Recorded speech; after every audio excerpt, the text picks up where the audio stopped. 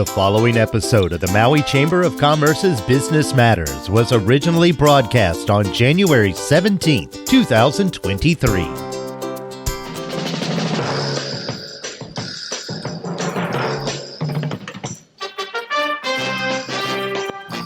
It's time now for Business Matters with your host, Pam Toompop. Good morning, Pam. Hey, Gary. Good morning. Aloha to you and all of our guests.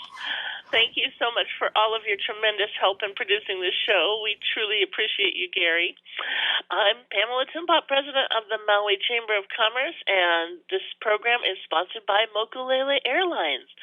So today at Business Matters, we're going to hear from a number of great guests. We're going to talk with Jennings Imel, who is Executive Director of the U.S. Chamber of Commerce Western Regional Office. We're going to learn about the Maui Metropolitan Planning Organization from Executive Director Pam Eaton.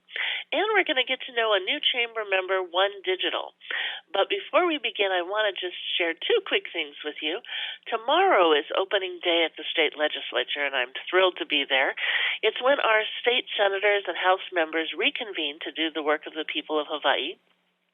And this is going to be an exciting session. 2023 is a year of opportunities, and this is a time when we are focused on some of our big challenges. So we invite you to stay tuned, and if you can, check out the opening day speeches. They're usually put on television, either sometimes broadcast during the day, sometimes broadcast later in the news, but you'll get to hear from our Senate President and House Speaker as they discuss the progress they seek to make this year. So it's a great eye-opener into where they see the session going this coming year and the work that they plan to get done. So I hope you check that out. And also, the Chamber is going to be back with BizMix Maui. This year's theme is Black and White on March 4th at the Grand Wailea Hotel. And it is going to be just a gorgeous indoor-outdoor event, unique and exciting multi-course dining experience with specialty cocktails and divine desserts, mix and mingle, and there'll be performances all around you, and an after party from 9 to 11. So cocktails are at 6 p.m., dining is from 7 to 9, and then 9 to 11 will be the after party. A lot of fun. That's going to be March 4th, BizMix Maui back. It was black and white. And so join the theme, dress appropriately in black and white, and come have a great time. Bring your team. Tickets are available as our sponsorships at mauichamber.com. So we hope to see you there. All right, so I would like to introduce Jennings Imel, the Executive Director of the U.S. Chamber of Commerce Western Regional Office. This office is responsible for legislative and political grassroots activities in California, Arizona, Nevada, Utah, and Hawaii in support of the U.S. Chamber's national policy goals. Jennings comes out every year in January to join us, as well as being a frequent guest on this radio show. But he comes out to join us in January for the legislative opening and to share with folks the legislative process and these priorities. So, Jennings, we're so thrilled to have you on the show this morning. Thank you again for flying in from California to join us. Great. Thanks, Pam. Thanks for having me, as always, and happy to be on. It's our great pleasure. Can you give us a summary of what you see coming out at the federal level in the next few months, given all that we've been watching and challenges with organizing? And how do we get back on track, and what do you see coming down the pike? Yeah, really good question. Obviously, we know it's going to be a very challenging environment in Washington, D.C. When you look at Congress and you look at how narrowly things are divided, if not a whole lot has changed numbers-wise from the last Congress. You've got a 51-49 Senate now, so Democrats picking up one seat there. Now Republicans, of course, having control of the House. However, it's a very narrow majority. In fact, it's a mirror image of Speaker Pelosi's majority from the last Congress. So, 222 Republicans, essentially it's a 4-seat majority that Speaker McCarthy is dealing with. He can only afford to lose 4 votes, with 218 being that magic number to get bills passed. We already have kind of seen where Republicans want to go. A lot of kind of messaging bills over the first couple of weeks. that they're looking at. Obviously, there's going to be a lot of oversight investigations, oversight of the Obama administration, and then you're going to have bills looking at things like the border crisis and things looking at, defunding the 87,000 new IRS agents that were included in the Inflation Reduction Act. There's some tough on crime measures that are in there. There's a lot of focus on China, a new select committee on China. But a lot of the things that ultimately are going to happen on the House side are going to have a really tough time making it through the Senate. So, I think that there's a broad expectation that there is going to be a lot of gridlock. However, it doesn't mean that there aren't things that can get done. And, we at the U.S. Chamber, we see an opportunity to move some really important items forward. Things like permitting reform, where we think that there is some bipartisan consensus, especially now that we've got the inflation bill, or the infrastructure bill passed at the end of 2021 with all of those projects that are starting to get funded. We need to get shovels in the ground. We need to get those projects up and going. You've got the CHIPS Act that passed last year. So there are some opportunities to really focus on permitting reform. The workforce issue continues to be a big one, so we're hopeful that we can find some bipartisan consensus on immigration and other kind of workforce, child care related items. But it's, we have no illusions. This is going to be a challenge, obviously.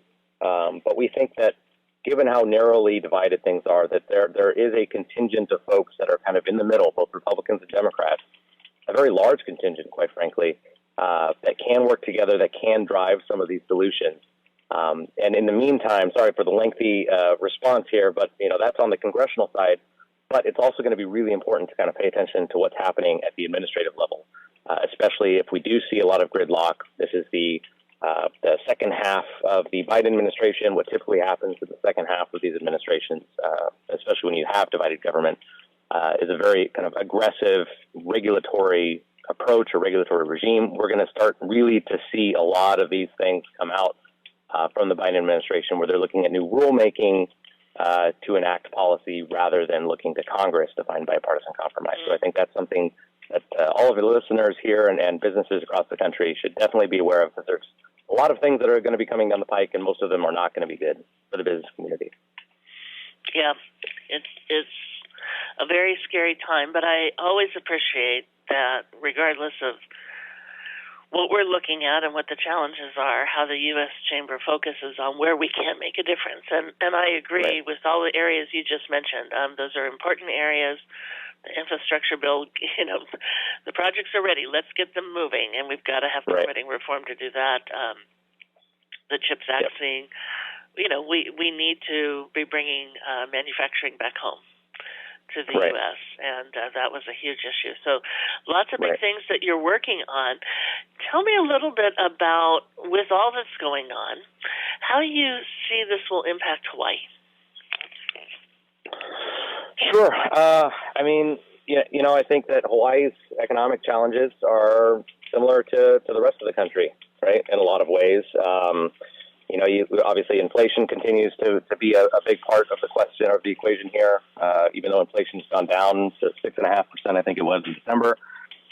That still is kind of, obviously it's very high historically, but, that a lot of that was driven by gas prices going down, and you've got still core consumer goods and services that are still very high, and especially here in the state of Hawaii, the cost of living continues to be very high.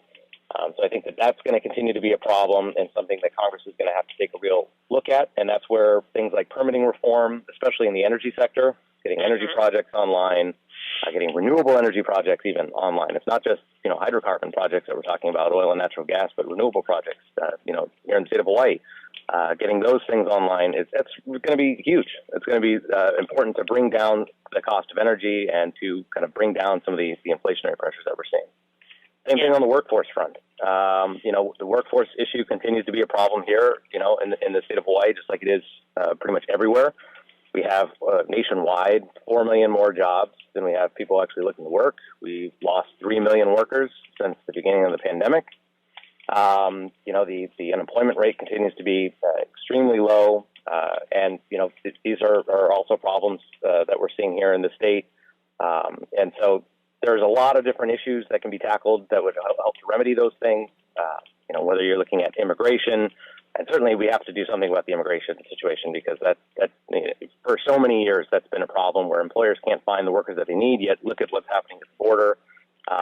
Just doesn't really make sense. I mean, that's just kind of an obvious example of government failing all around. So that needs to be addressed. But childcare issues, right? The access to affordable childcare in the state of Hawaii is abysmal. A lot of challenges there, a lot of challenges nationwide. And this is something that the federal government needs to take serious. And we think that there have been bipartisan proposals in the past to tackle childcare, and whether that's, child development block grants, increased funding for things like that, or whether it's tax incentives for businesses to provide childcare on-site, or pre-tax, childcare assistance for their employees, things like that. I mean, these are all ideas that are out there that do have some bipartisan support, and we're going to be pushing to make some more headway. And we think that absolutely it's going to improve the lives of Hawaiians and Hawaiian businesses. I think it's really important. As you mentioned, we've got to find ways to bring the workforce back. And I love, again, the ideas of like child development block grants or tax incentives for businesses as they look at on-site. And in some cases, I'm not sure on-site's going to work, but I hope we can get some flexibility where, there's a lot of commercial spaces and other opportunities where there is room for some of these programs that are vacant, and we could do some things nearby that would be truly helpful. But as you say, it's not a Hawaii problem, it's a nationwide problem. Everybody's struggling with workers. But it's certainly very critical to us here. So, absolutely. I'm glad that we're looking to work on these things. In terms of what's going on in Ukraine, and now we understand they're going to come to Oklahoma and we're going to train them. This situation is escalating by the day. What are you seeing in the coming months? Well, I think just generally the global outlook has been changing, and the Russian war in Ukraine has kind of exacerbated that.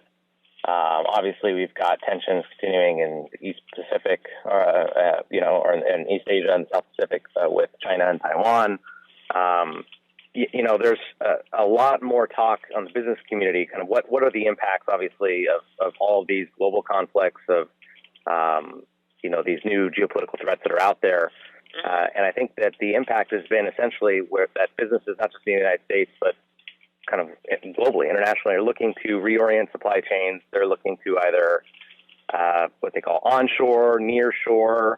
I think that's from a business side and kind of from a business perspective, that's been one of the biggest ramifications of not only what we're seeing in Ukraine, but what we're seeing in Asia and elsewhere throughout the world, where we've got a lot of geopolitical volatility, a lot of threats that are out there.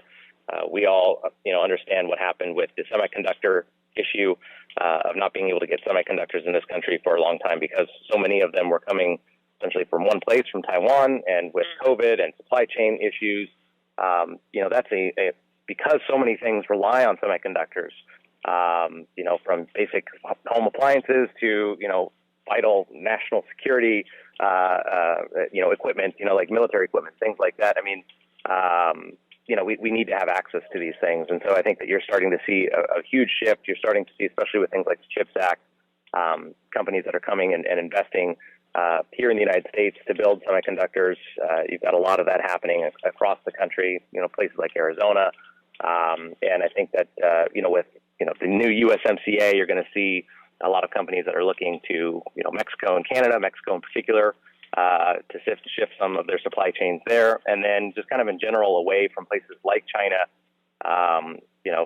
that for a number of reasons, but looking to other places, even in kind of Southeast Asia, places like Vietnam and things like that. So I think that you're starting to see kind of this global shift of supply chains and kind of bringing back those supply chains to safer places, whether they're other countries or whether they're back home. And I think that there's a real opportunity there for American businesses to take advantage of that, and that should be good for employees in a number of sectors.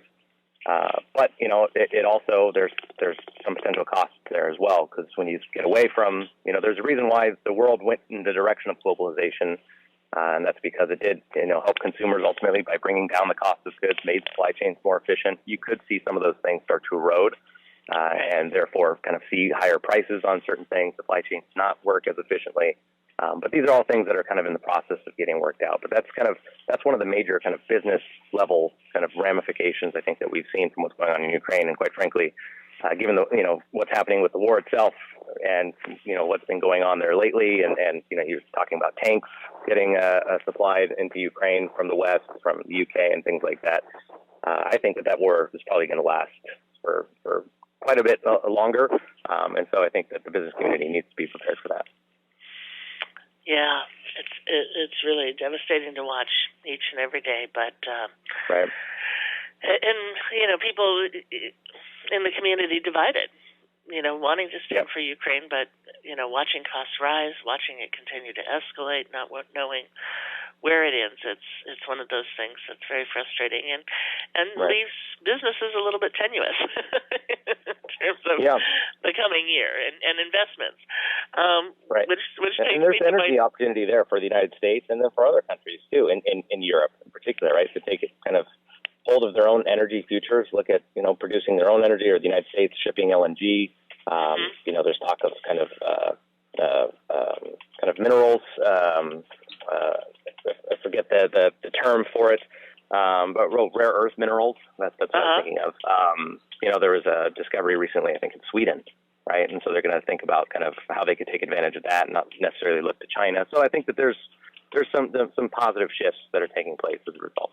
As a result of that, good point.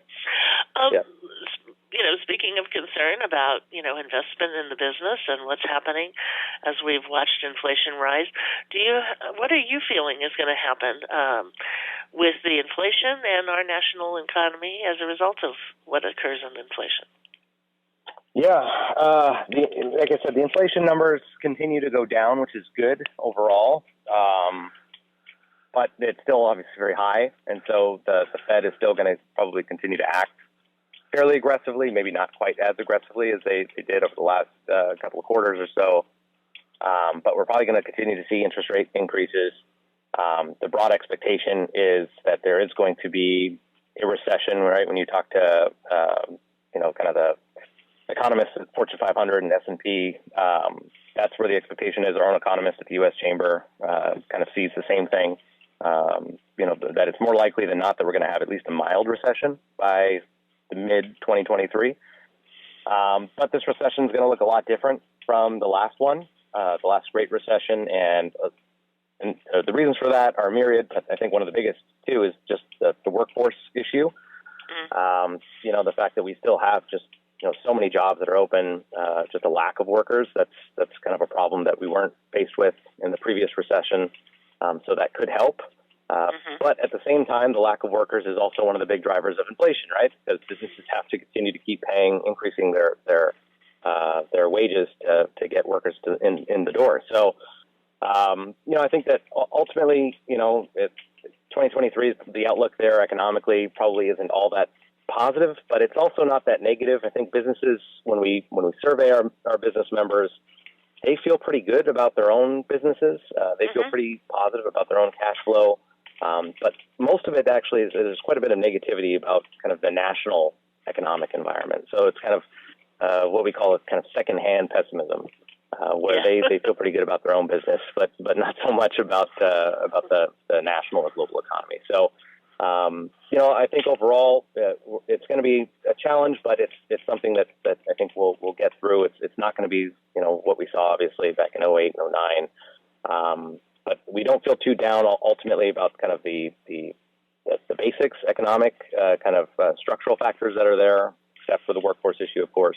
But I will say one of the biggest challenges, and this is highlighted again when you look at those Fortune 500 and S&P companies, when they're doing risk assessments into the future, one of the biggest risks, the number one growing risk actually, is public policy, is government. The government's inability to get things done, to address issues like workforce, immigration, to fund the government in in a normal way that is predictable, that allows for businesses to be able to kind of anticipate what's going to happen and to be able to plan years in advance. Doing things like increasing the debt ceiling. That's going to be a huge issue. We're pretty much right there at, reaching our debt limit. Treasury can do some things, or the Fed, can do some things to to delay the need for congressional action, but Congress is going to need to intervene by sometime, probably late spring, early this summer. They're going to need to raise the debt ceiling. Can government do that? Can government do the basic things that government or that businesses need them to do in order to continue to invest and plan for the future? That's one of the biggest risks we think that's out there this year. Well, that's a very good point, and I want to say again, we keep going through this all the time. The great debates over raising the debt ceiling, and you're right. I think that is one of the things that is, for businesses planning forward, one of the things that we look to, and we realize how much government is struggling to move forward in these times when we're so divided. Right. Very good point. And to know that we're that close to the debt, I really wasn't on top of we're that close to needing to raise the debt ceiling again. So that's going to be another huge challenge for us. Right. Well, Jennings, I always love having you on the show. You are a wealth of knowledge, and I truly appreciate you sharing the U.S. Chamber's work and the pulse on where we're at a national level and what it means to us locally as well. Thank you so much for joining us and being a part of it. And I'm excited to get to see you tomorrow and the rest of the week for Chamber Week at the state capitol as well. Yeah, no, I'm looking forward to it, and thank you, Pam, for all that you do in the Maui Chamber. And I hope that folks that are listening, really consider joining or getting engaged with the Maui Chamber, because it makes a difference doing these things. You all are engaged in what's happening in public policy, at the state level, federal level. It makes a difference to make sure that the voice of the business community is heard. So thank you for all that you do with the Maui Chamber. It's greatly appreciated. Oh, bless you. Thank you, Jennings. I really appreciate you as well. Well, you have a wonderful day. I hope you get some time to play, and I look forward to seeing you tomorrow. Great. Sounds good. Thanks, Pam. Thank you. Aloha. We'll be right back after a brief message from our sponsor, Mokulele Airlines. Mokulele Airlines operates the largest commuter airline hub in the country, right here in Kahului. Fly Mokulele from Kahului to Molokai, Lanai, Hana, Waimea, Kona, and now Hilo. Mokulele also operates the only flights between Kapalua and Honolulu. There is never a middle seat on Mokulele, and every seat has a window and aisle. Visit mokuleleairlines.com and take your next flight from the newly renovated Mokulele Terminal. Welcome back to Business Matters. Pam, we're still waiting for your second guest to call in, but as you were talking about, tomorrow is the opening day of the legislature. Is that correct? Tomorrow is opening day, and it is going to be a really exciting day. It's when we get to hear the speeches from the Senate President and Speaker of the House, and of course they're inducted into office. So they begin. It's the day that they begin, and the offices are open, and we're live, which is really exciting. So we'll be back live at the state capitol, and during COVID, everything was closed down, but we're live again. And usually, we'll see. I don't know if everything's going to be the same as it once was, where we walk around everybody's office and greet them and have a grand old time, or if, it's going to be a little subdued, but it's going to be great to get together and see the Capitol open again. Okay, great. I think we have Pam on the other line. So it's Pam and Pam. Pam and Pam. You've got the Pam and Pam show. Fantastic. Hi, it took a while getting in. Wow. Aloha. Well, let me introduce. Joining us is Pamela Eaton, Executive Director of the Maui Metropolitan Planning Organization. She was previously with our County of Maui Planning Department as a planning program administrator in the Long Range Division. So we are thrilled that Lauren Armstrong, who was running Maui Metropolitan Planning Organization, moved on to a different position, and Pam Eaton joined as the head of the Maui Metropolitan Planning Organization. So I got to see you at the West Maui Taxpayers Association's annual meeting, and you asked how many people know about what Maui Metropolitan Planning Organization is and what you do, and very few hands went up. So we are thrilled to have you with us so you can tell a broader audience about the exciting work that you folks are engaged in. Great. Well, thank you so much. This is a great opportunity. I listen to you guys in the mornings on the way down the hill. Oh, awesome. Yeah, I'm so thrilled to have you on. Sure. Give So people the kind of an overview.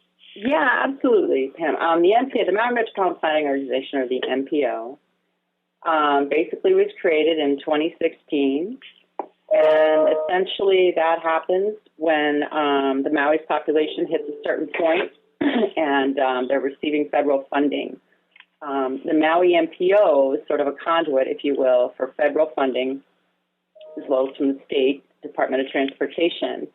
And we have implementing partners, meaning when we get funding, we cannot create a project and, be in charge of construction and implement it. The MPO is not an implementing organization. We are a planning organization. So it would be my job now to work with, for example, the Hawaii Department of Transportation, the Maui Department of Transportation, as we know as Maui Bus, as well as our Department of Public Works. So I work very closely with them on transportation and land use projects. And basically, my critical role is to make sure that it is transparent, that folks in Maui know what's happening, that their voices are heard, and we try to make that process as accessible and clear as possible. Probably some is for folks who may be familiar with the MPO. They are probably very involved or have been hopefully involved in one of our core programs. And one of them, which is happening right now, which is why this timing is fantastic, is the Transportation Improvement Program, or as we call it, the TIP. And that is a critical 3-year program in which we get money from federal highways, the FTA, and HDOT, State Department of Transportation, to improve roads and our transportation infrastructure. There's some very critical programs there that we're in the middle of funding and implementing. Our DPW and Maui Bus and HDOT are in charge of construction. But right now we have a public comment period. And it's very important because whenever a project gets moved, this is a great time, and you can visit our website. I know we've had a lot of press releases and social media booths go out to comment on what you think about that. The other program that I would bet some folks, particularly in West Maui, might be familiar with, and that is our Unified Planning Work Program. Basically, that is the program where we get involved and lead projects such as the West Maui Greenway, which is a critical project. Vision Zero has been a wonderful project to get folks involved. And so we've recently completed planning studies on those, and so our next move is to get those implemented. Finally, another program to get folks involved and get to know us and learn about us, which is ongoing right now, is the Public Participation Plan. So that is another federally mandated program, and to me, that one is probably the most important. The last time we updated this was 2016, and of course, with COVID, we've learned quite a bit about virtual engagement. So we are doing a lot to update the PPP, and that is important because that sets up the framework for the public to be involved in all of our other activities. So I'm hoping sometime in this early summer, possibly sooner, we will have that draft PPP out for everybody to take a look at and help us make stronger and better. So we're really sort of, our job is to make sure folks know about us, but more importantly, know about these transportation projects that are ongoing to get their input to ultimately in a couple of years, we will go into a new cycle, and we'll have a lot of public engagement forums for people to suggest new or putting back on the tip on these transportation projects. I think that's really critical. Yeah. In Hawaii, and especially in West Maui, again, with all of the challenges we have getting back and forth to West Maui in a timely fashion. The biggest thing that everybody talks about on a frequent basis is our transportation system, and how many people are on the roads, and how great it was when the roads were clear for parts of time during COVID, And now, we're seeing our visitors return, which we're thrilled to have. But again, we're seeing that traffic continue to build again. So these are really important points for all of our listeners to understand that we have this great organization that helps bring in additional funding, the federal funding from outside of our community, to implement these different programs that help with transportation. So I want to circle back. So let's start with the Transportation Improvement Program. You mentioned that you have a public comment period. How can people, what is that period? I know we're in it, so it's already started, but what is the timing of that, and how can people get involved? Yeah, thank you. So the timing of that is it opened up on December 22nd. We had, and I should mention too, in terms of the Maui MPO structure, we have two critical boards. The first is, of course, the Maui MPO Policy Board, and they sort of are the gatekeepers, if you will. Ultimately, everything goes through them for their approval, including the TIP and this particular comment period. So right now, they heard the latest revision. So 2 times per year, the Transportation Improvement Program may be revised, and that's essentially coming from HDOT with regard to funding that may need to be adjusted, or there may be projects that, for whatever reason, are not able to be completed that year and may have to be moved to a subsequent year. Or in some cases, with this money, federal infrastructure money coming in, it also could mean adding a project such as the West Maui Greenway. So the comment period started on December 22nd, and it ends on January 22nd. And essentially there are 3 projects and what's called an amendment, meaning it's a significant change to this particular TIP. And 2 of them fall under the jurisdiction of the Department of Public Works. One of the projects deals with deferring, meaning pushing off perhaps for a year. And it can be for a number of reasons. It could be because the environmental or historic permitting has not been completed. It could mean that the county may not have the match to make it happen, so they've got to get the match. So in this particular case, it deals with Makawao Avenue and a lot of the work that's been done there. And I think they're having, there's a little bit more delays with what's called historic permitting, Section 106, so that has to be pushed off. Deferred, not taken off, deferred. And then there's another one with the Central Maui traffic signal upgrade, which has been pushed off into what are called illustrative years, meaning it's been pushed out of the TIP cycle, and that's due to what's called fiscal constraint. The scope has changed there, so they may have to rescope and rebudget the project. And then another one is also dealing with lower Honopialani Road. Again, it's a fiscal constraint issue in terms of getting matched and redoing the scoping. So the timeline ends on January 22nd. The best place to go to answer your question is our website. Okay. And in that website, it has a list of all the projects as well as a description as to what is happening. And that is mauimpo.org. You'll find our website, and there's a whole section on the TIP. And in the back, another good document, Sam, would be Heli Mai Maui. That's our long-range transportation plan. Yes. And in that long-range transportation plan are all of the TIP projects. So I would start with Heli Mai Maui. It's divided into South Maui, Central Maui, West Maui, Upcountry, so forth, and that gives a map as well as a description of the projects and a listing of the full scope of all the federal projects. But then when you see the TIP and the comment period, it'll be right in front of you. That explains essentially what these projects are and what's being, in this particular case, deferred. Okay, and these transportation improvement programs, this transportation improvement program known as the TIP, that gets reviewed twice a year. So this is our review period where we get to share and review what's going on, and so that's when you're looking at these projects that have already been proposed, they're already on the plan, but again, you said there can be different things different constraints, or right now it looks like we're only working actually with constraints, with possible challenge with historic permitting and some fiscal constraints on the Central Maui traffic signal. With these constraints, as an example, if the public rang in and said, hey, we think these things are really important to keep on track and move forward, and again, some of these constraints are, I don't know if the fiscal constraint is more at a federal level, the permitting, if it's historic permitting, isn't that outside of county control? How do we, if the public feels really strongly like we don't want to see these delays, what can be done about it?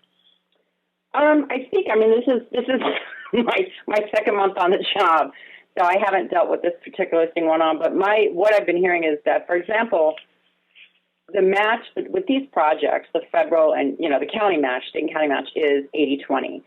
So okay. Even with, and I'm hearing this, by the way, around the country, not just Maui, but there is this enormous amount of money coming in, which is, on one hand, very exciting. This might be one of the few times where we can actually start to do something, because instead of saying, oh, we don't have the funding, there actually is funding out there. But a critical piece of that funding is coming up with match. So the county has to come up with a 20% match on some of these larger projects. So we are, as you know, we'll be hitting the budget season for the county fairly soon. And the county council does a very good job of getting the word out in terms of what's being heard when. Between the mayor, and I believe that was actually last year, but this year with the council starting, I want to say starts in March. There are hearings that the council will go out, or perhaps it's still hybrid, but they will go out to each planning district, and that is an opportunity to speak up and say what you want to see in the budget and so forth. So I think on one hand, more long-term and wider scoping is for folks to get out there and support Department of Public Works, Department of Transportation in terms of needed match for some of these larger projects, because it just doesn't come raining down from the feds 100%. The county does have to match those things. Okay, and that's really important for budget season. So yes, as we start getting into county budget season, correct. This is where the public has a chance to ring in on the budget and say, again, transportation is a huge issue for us, so we want to make sure that where there's funding and a match, we want the county to leverage those funds and continue to support these kinds of projects. Exactly, yes. That is fantastic. One of the projects that I'm hoping you could share a little bit more about, and I'll be very clear that this is a project that my mother has been pursuing for many, many years. I already know. The West Maui Greenway is a passion project of hers for a very long time. But there was at the West Maui Taxpayers Association, there was a great booth, and they were collecting information and taking public input. Could you talk a little bit about the West Maui Greenway and what that is? Yeah, sure. I'd be happy to. So the Greenway was a project that my predecessor, Lauren Armstrong, did such an amazing job. I actually first met your mom back in 2014 when they had the very first workshop with the National Park Service and that whole group and laying this out, saying, hey, what if? And laying out, going from Olowalu all the way up to Lapoa Point, looking at Old Cane roads and so forth in terms of a potential opportunity to have an area that is apart from the road, safe, where people could bike, could walk, could run, could roll, however they desire. Many of these, of course, are all over the country. But the West Maui Greenway, a lot of partners, and last year there was a study to basically look at the Greenway to figure out how to do it. They put it, I believe, in 5 different segments. And in many cases, it's kind of what they call no-brainer in that it's pretty obvious, the stars align, meaning it's typically it may be county-owned or state-owned property, so that makes it easy because that's a major thing to look at is who owns the property so that we can actually start to build on it and construct something. I believe there might have been a segment that needed a little more exploration, not even exploration as much as really time spent with people who live in that area. The grant and the project covered, doing the study. It was a wonderful consulting firm. I actually at 10 o'clock have a call with them to figure out next steps and how we can move great. forward. So funny you should ask. But I think in one case, definitely there's some pieces and segments that can just immediately start, like looking at the poly coming into, Ukamahami and those areas and up into Oluwalu. It'd be exciting to get that started, to get the momentum going. I know that also we need to work out some property issues. I think we might need to spend some time with the community to make sure we're clearly aligned in understanding of what this is and what it's not, because it really needs to have community support. One of the issues or challenges, but I'm confident that it can be worked out with this administration, is when you have something like this, getting it built and getting it constructed is one thing, and it's great and it's exciting. But I think we also need to look at and start to explore the long-term management of the Greenway. Yeah. We need to figure out, and that is who at the county is going to look into basically when pieces need to get fixed, keeping it maintained, keeping it clear, keeping it safe. There's been amazing input put into making sure we have, native vegetation. It's been very smartly done. But ultimately, there needs to be some sort of a agreement, if you will, as to how the Greenway will be managed. So I'm really hopeful that in the next few months we can meet with the administration and Department of Parks and Recreation and Department of Public Works and try to come up with some sort of a model so that we can look, not only do the short-term gains, which is fun and exciting, but we really need to look at the overall management of the Greenway and come up with a solution. Yeah, absolutely. Well, Pam, you have a lot on your plate. We are thrilled to have you at the helm, and we want to encourage everybody to get involved to be able to ring in on these plans. You've got a few short days. We've got 5 days till the 22nd. That includes today. So we want everybody to go to Maui, mpo.org, and get involved. Take a look. Go to the different things. Go to the Helimai section. Look at the plans by regions. Learn more about what's going on in your area as well as across the county, and get actively involved. We will have you on again, Pam, to give updates. Yeah, thank you so much. Updates are on the website, but also I really encourage folks in the next few months, and I'll probably bug you again, but we will have the public participation plan out for review. To me, I learned so much from COVID. We kicked off 2 major projects, one of them being the West Maui Community Corridor, by the way, which is a transit-oriented development project. And that's, I can give folks information on that, but how can we do a better job to reach the citizens of Maui and folks who come here? That really is going to be important so that we can improve upon that.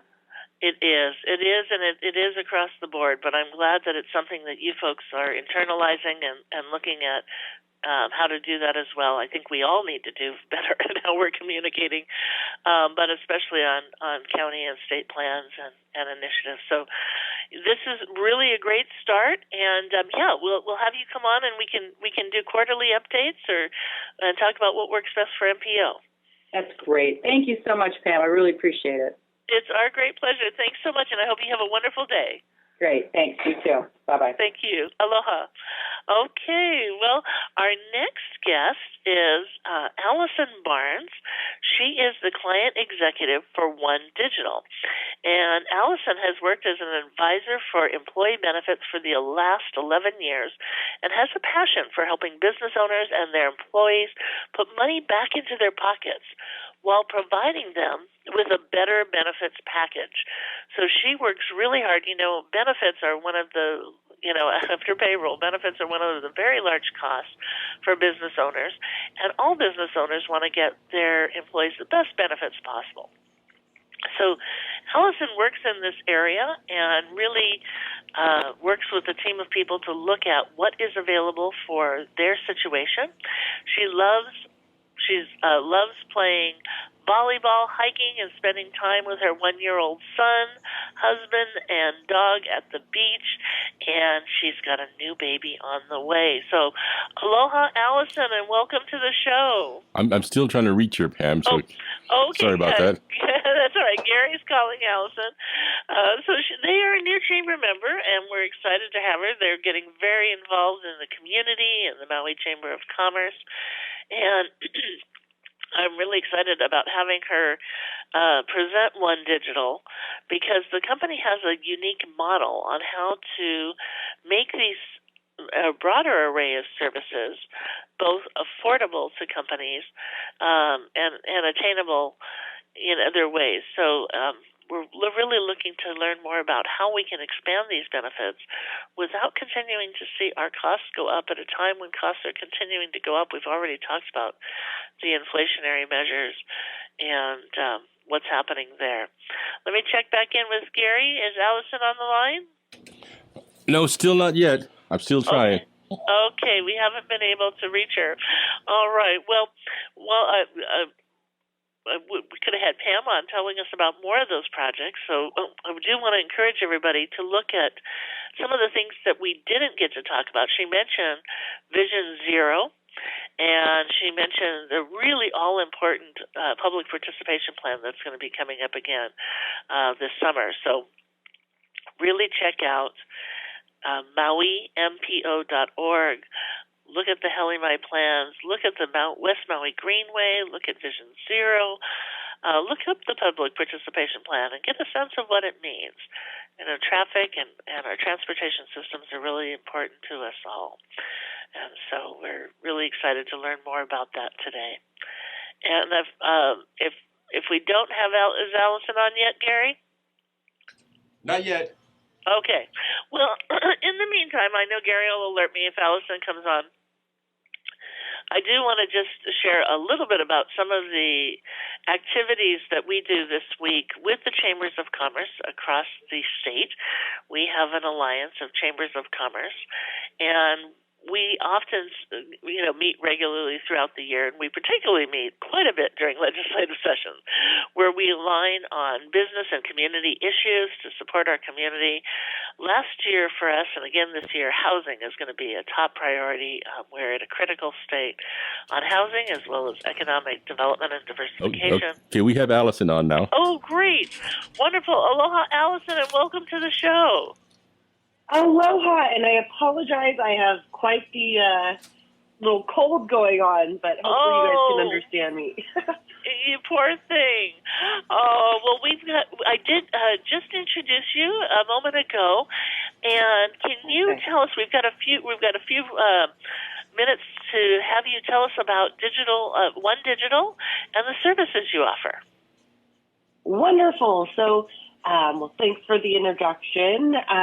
And One Digital, we are a national company, so 165 offices nationwide, just under $1 billion in assets management, close to 4,000 employees. But really what we do is support business owners in supporting whatever branch of management of their services for their employees they need. So that is broken down into my main job is employee benefits, but One Digital overall also provides HR consulting, financial services, employee engagement, reports and analytics, wealth management, compliance consulting, global benefits, mergers, property and casualty, and pharmacy. So that's a lot, but I do focus on the employee benefits portion. And I know, Pam, you and I have talked about kind of how everybody here on Maui is typically a smaller employer, which One Digital has a great option for that with our PEO model. And we're able to save usually folks considerable prices on their admin fees while also providing them all the other branches of support that they would need through a PEO, being, payroll, compliance, workers' comp, employee training, taxes, obviously benefits, human resources, et cetera. So there's a lot to go through But in a nutshell, One Digital is here to support business owners and really getting you the best support for your employees as well as the business at a reduced cost. So anything we can do to help, that's what we're here for. That's really awesome. Now, PEO is Professional Employer Organization. Can you tell them a little bit? Sometimes people don't understand how that actually works with the payroll and compliance. Can you share with people a little bit about how the PEO model works as you help businesses address these issues?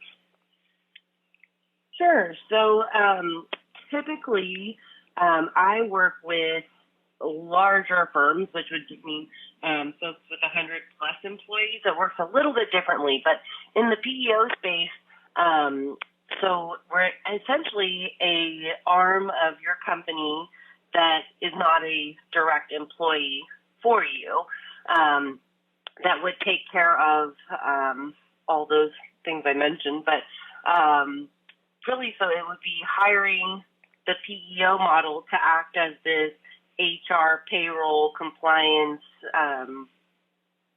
benefits person, without actually having to hire someone to do that all for you. Sorry, Pam, I'm not sure if that's what you were looking for, but essentially, yes, the PEO would take care of all those, compliance and HR side of things, whereas the business owner, is more so tracking the sales and contracts and balancing and vendors and facilities and all those things. So really the PEO is a business partner without having to be on your, direct employee line.